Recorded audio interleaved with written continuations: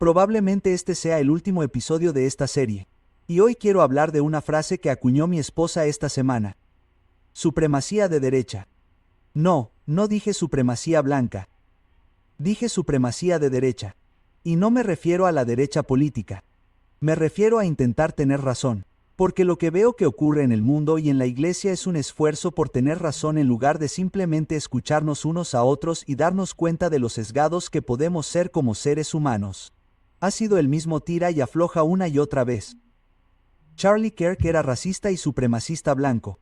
No, no lo era. Tenía amigos negros que lo defendían y ayudaban a muchas personas negras, así que no puede ser racista. Dijo que las mujeres negras no tienen capacidad de procesamiento cerebral. No, no la tenía. Solo hablaba de 4 mujeres negras en concreto. Dijo que los pilotos no son competentes. No, no la tenía. Solo se refería a la contratación de Day. Dijo que Martin Luther King era un hombre horrible. Sí, la tenía, pero solo se refería a las transgresiones personales de King. Dijo que la ley de derechos civiles fue un error. No, lo que quiso decir fue que se estaba abusando de la ley de derechos civiles. Por supuesto, podría seguir y seguir, pero creo que entiendes la idea. Quiero hacer una declaración muy importante antes de seguir adelante. Todo lo que estás viendo ahora mismo no tiene que ver con Charlie Kirk. Charlie Kirk es solo un sustituto entre muchos otros sustitutos para que intentemos atrincherarnos en nuestra posición. Y esa posición suele ser para intentar demostrar que el supuesto otro bando está equivocado, mientras todos intentan tener razón. Sin humildad, sin escuchar, solo reacciones sobre reacciones y gente luchando por la supremacía de la derecha. Así es como ha sido últimamente, otro momento en nuestra nación e incluso en nuestra iglesia en el que nos encontramos profundamente divididos políticamente y, en algunos casos, racialmente. Y entonces la pregunta que realmente deberíamos hacernos es esta. ¿Cómo resolvemos esto? Lo resolvemos atrincherándonos y exponiendo más argumentos sobre por qué el otro bando está equivocado o es hipócrita y por qué mi bando no lo está. ¿O puede realmente haber unidad en la iglesia cuando discrepamos tan radicalmente en tantos temas? Piénsenlo. Dejen que estas preguntas den vueltas en su mente. ¿Qué es más importante? ¿Alzar la voz contra el racismo o alzar la voz contra el estilo de vida LGBT? ¿Es más peligroso Black Lives Matter o el nacionalismo cristiano? ¿Qué es más importante? ¿Defender la reputación de nuestra iglesia o alzar la voz contra las vacunas obligatorias? Todos los que vean esto tendrán una opinión diferente sobre preguntas como esta, y como dije en el primer episodio de esta serie, lamentablemente, en términos generales, gran parte de esto suele estar relacionado con nuestras inclinaciones políticas. Y como muchos de nosotros nos hemos convertido en adventistas o cristianos de las noticias por cable, damos más valor al tema del supuesto bando en el que estamos. Ya hemos pasado por esto antes. Estuvimos aquí cuando murió George Floyd. Estuvimos aquí de nuevo cuando las vacunas obligatorias dividieron a familias, congregaciones y parece que incluso conferencias enteras se dividieron. Y en más de un sentido, seguimos aquí. Que no quepa duda. Esta división es intencional. Como el enemigo sabe, una casa dividida no puede permanecer en pie. Estoy seguro de que la mayoría de nosotros nunca estará totalmente de acuerdo en ninguno de estos temas. Personalmente, como autoproclamado republicano o demócrata publicano, veo valor en todos estos temas. Y hay 2 cosas que suelo decir en todos mis vídeos.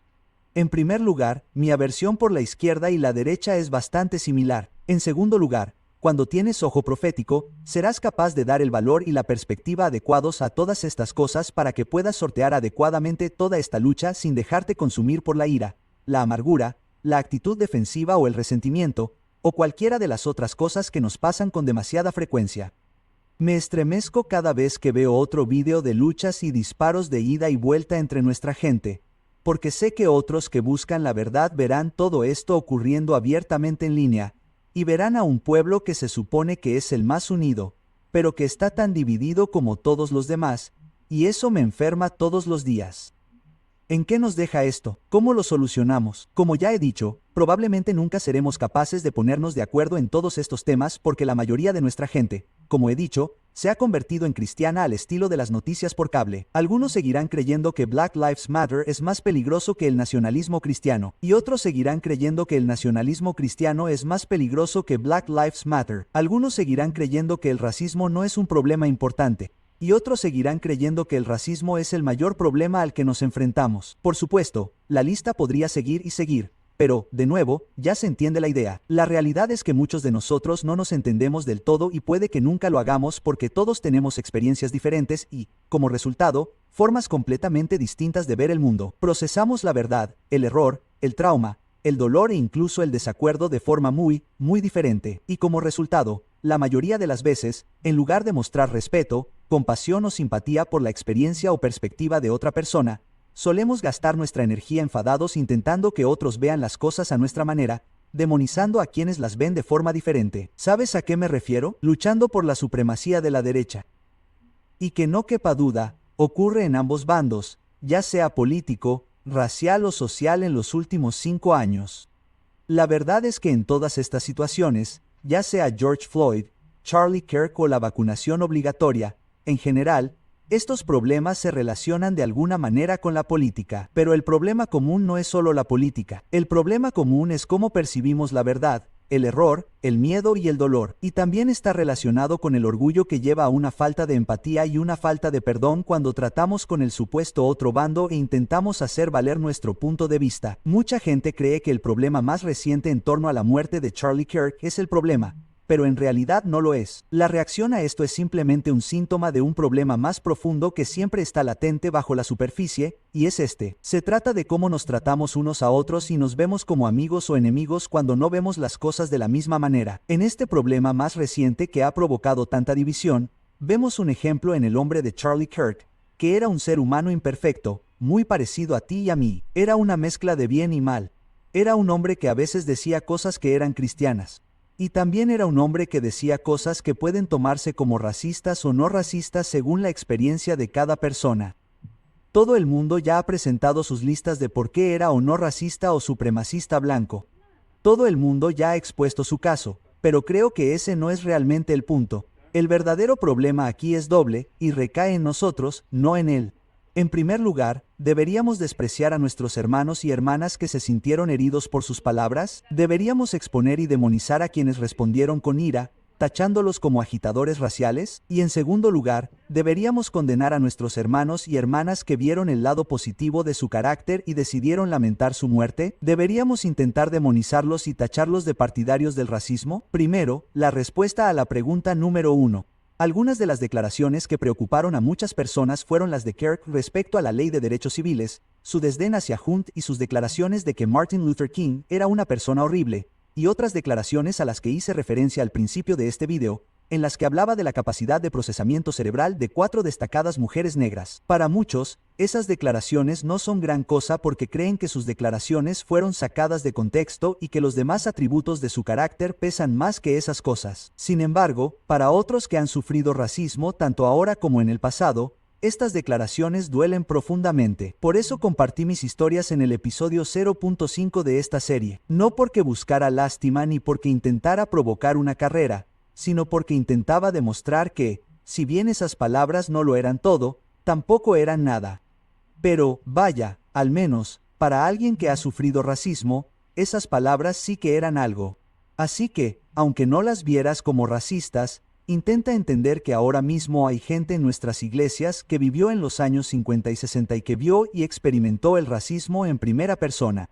Y todavía hay muchos que lo siguen experimentando. Piensa de verdad en cómo les pueden hacer sentir esas palabras, aunque no las entiendas. Ahora bien, no estoy defendiendo la ira, pero también te pido que entiendas que, cuando las personas sienten que no se las escucha, a menudo se enfadan. Pregúntales a las personas de nuestra iglesia que no se sintieron apoyadas con respecto a las órdenes de vacunación. Y, por cierto, como he dicho antes, alguien muy cercano a mí fue una de esas personas que perdió su trabajo, así que lo entiendo. Pero el denominador común es que cuando las personas no se sienten escuchadas, hablan en voz alta y con frecuencia.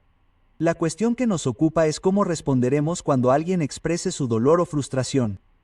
Sí, a veces con enfado. La respuesta correcta no es decir, aguanta o sé más fuerte. La respuesta correcta no es decir, supéralo. La respuesta correcta no es simplemente decir que no es eso lo que quiso decir con esas palabras. La respuesta correcta es también decir, puedo ver cómo eso te ha podido doler y lamento que así haya sido. Esto es lo que significa cumplir las palabras de las Escrituras de llorar con los que lloran. Y si te resulta difícil, no pasa nada. Siempre es difícil cuando tenemos que morir a nosotros mismos. Y ahora, para responder a la pregunta de cómo deberían responder quienes no están de acuerdo con Charlie Kirk cuando alguien quiere celebrar o lamentar su vida, debemos entender que Dios es un Dios de libertad, y es muy importante no intentar imponer nuestras opiniones sobre lo que creemos que es correcto a los demás. Se debe permitir que las personas se sientan como quieran. Se debería permitir que las personas lloren por quien elijan llorar y celebren a quien elijan celebrar. Irónicamente, por si aún no lo sabías, Charlie Kirk minimizó abiertamente y algunos dirían que se burló de Hunt, un reciente día de conmemoración que muchos han llegado a valorar. Y ahora, el 14 de octubre de 2025, habrá un día de conmemoración dedicado a Charlie Kirk. Ya sé que habrá peleas por esto mientras todos continúan luchando por la supremacía de la derecha. Sé que habrá peleas sobre si es o no digno de un día de conmemoración, al igual que las personas pelean sobre si Cristóbal Colón o Martin Luther King son dignos de un día de conmemoración. Y aquí es donde Cristo realmente nos pone a prueba cuando dice: así que, todas las cosas que queráis que los hombres hagan con vosotros, así también haced vosotros con ellos. Si te dolieron las palabras de Charlie Kirk y lo que dijo sobre Juno o Martin Luther King o el resto, entiende que en este momento, como puedes ver en artículos como este, muchos ven a Charlie Kirk como el MLK de esta generación. Y ahora tendrá su día. Si estás de acuerdo o no, no es el problema. El problema es cómo responderás. Si la respuesta que deseas es respeto por un día que valoras y un hombre que valoras, entonces, según las palabras de Cristo, deberías responder con respeto por el día y la persona que otra persona valora. E incluso si te resulta difícil, está bien. Siempre es difícil cuando tenemos que morir a nosotros mismos. Al final del día, esto es lo más importante. En momentos de tensión política o racial, ¿cómo vemos a nuestros hermanos o hermanas que pueden estar en un bando diferente?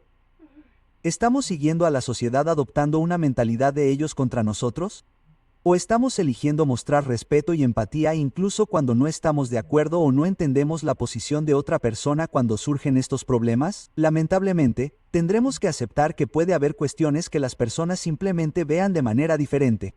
Tendremos que aprender a aceptar eso y aún así tener respeto y esforzarnos por la unidad. La unidad no tiene que venir de estar de acuerdo en todo. No tiene que esperar hasta que todos estén en la misma página porque, lamentablemente, ese día no llegará hasta que estemos en el reino. Pero lo que sí podemos hacer es esforzarnos por abrazar la humildad de Cristo. Podemos esforzarnos por brindar respeto y empatía sin importar si sentimos que los estamos recibiendo. Podemos esforzarnos por dar preeminencia a la misión del Evangelio sobre todos los demás asuntos. Y es en estos momentos donde simplemente tenemos que aprender a aceptar las palabras de Cristo. Bienaventurados los que lloran, bienaventurados los mansos, bienaventurados los misericordiosos, bienaventurados los puros, bienaventurados los pacificadores. Realmente me estoy esforzando por aceptar estos atributos de Cristo, ser manso, misericordioso y pacificador en lugar de un generador de divisiones, que es algo demasiado frecuente en estos días. Y por la gracia de Dios, oro para que todos podamos dejar de ser noticieros por cable. Y ahora, por la gracia de Dios, volveremos a nuestra programación misionera habitual. Dios los bendiga.